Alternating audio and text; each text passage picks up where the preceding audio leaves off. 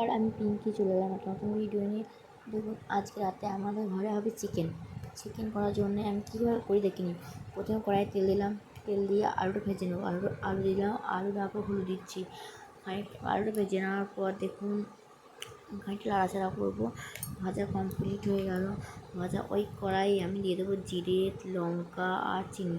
আমি পাঁচফোড়ন দিই না, কারণ ওইটা দিলে আমার তো মানে টেস্ট লাগে। দিয়ে দিচ্ছি দেখুন কুচনো পেঁয়াজটাও খানিকক্ষণ নাড়াচাড়া করবো। দেখুন হালকা লাল লাল হয়ে গেছে। দিয়ে দিচ্ছি রসুন বাটা, মানে বাটি না শিলে ঠেকাতে আমার ঠাকুরদা আছে তো থেকলে দিয়ে দিচ্ছি কাঁচা লঙ্কা দুটো, দিয়ে দিচ্ছি টমেটো লাল একটা, তাই খানিকক্ষণ নাড়াচাড়া করবো।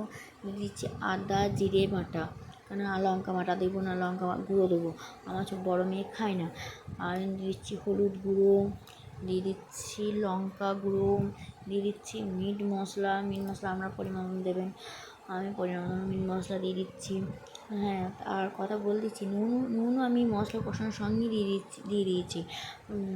মশলা যখন কষিয়েছি দেখানো হয়নি, দেখুন কত জল বেরিয়েছে। আর এই মাংস যখন করবেন তখন ঢাকা দিয়ে করবেন, কালারটা খুব সুন্দর আসবে, কালারটা খুব সুন্দর এসছে। দিয়ে দিলাম আলু দিয়ে দেওয়ার পরও একই খানিকক্ষণ নাড়াচাড়া করার পর আবার ঢাকা দিয়ে দেবো। ঢাকা দিয়ে দেখুন মশলা কষানো কমপ্লিট হয়ে গিয়েছে।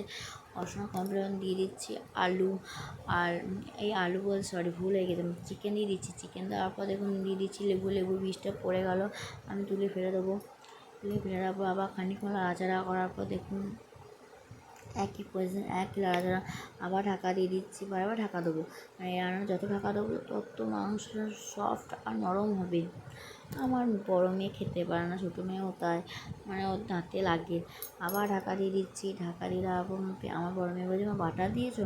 আমি যে না শোনা বাটা দিইনি, বাটা নিয়ে বাটা দিয়ে দিচ্ছি। আঙুলে বাটা আমার বড় মেয়েটা ভালোবাসে চিকেনেরও বাটা দিয়ে খেতে। তো দেখুন আমার মাংস কালারটা, আমার বড় মেয়ে পাশেই ভিডিও করে দিয়েছে, বলে যে মা কী সুন্দর কালারটা এসছে। পেঁয়াজ আর লেবু কেটে দিলাম। আর এই চিকেনটা আমার বড় মেয়ে খাবে, আর এটা ছোটো মেয়ে। তো আমার চিকেন কষানো কমপ্লিট হয়ে গেছে।